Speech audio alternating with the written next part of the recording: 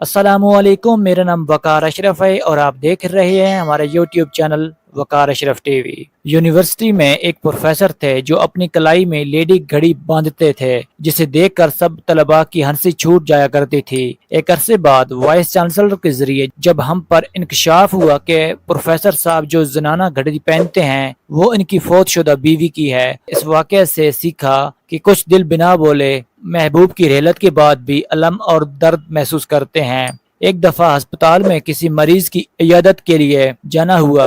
Corridor में चलती हुई एक जवान सा लड़की की विक बाल गिर गई। वहां मौजूद तमाम लोग उस पर हंसने लगे। आगे बढ़कर जब एक दूसरी औरत ने उसकी मदद की तो वो रोते हुई कहने लगी, इसमें मेरा कोई कसूर नहीं, कैंसर ने मेरे बाल ले लिए हैं, इसलिए मुझे ये आर्टिफिशियल विग लगाना पड़ती है। इसी तरह कब्रिस्तान में 10 साल बच्चे को एक कब्र पर खड़ा कुछ कहते हुए सुना, जो कह रहा था, मम्मा उठो मेरे साथ स्कूल चलो। उस्ताद मुझे तमाम लड़कों के सामने मारता और कहता है कि तुम्हारी माँ कितनी सुस्त और काहिल है जो तुम्हारी पढ़ाई का ख्याल नहीं रखती। किसी की जाहिरी हालत देखकर हमें कतन मजाक या किसी किस्म का भोंडा रिएक्शन नहीं देना चाहिए। हो सकता है कि वो अपने अंदर हजार दुख छुपाए हुए हो जिसका हमें इल्म ना हो। बोलने, सोचने और रिएक्शन देने से पहले अगले बंदे की फीलिंग्स का ख्याल रखिए। बिलाशुबा बाज बातें इंसान को कत्ल कर देती हैं।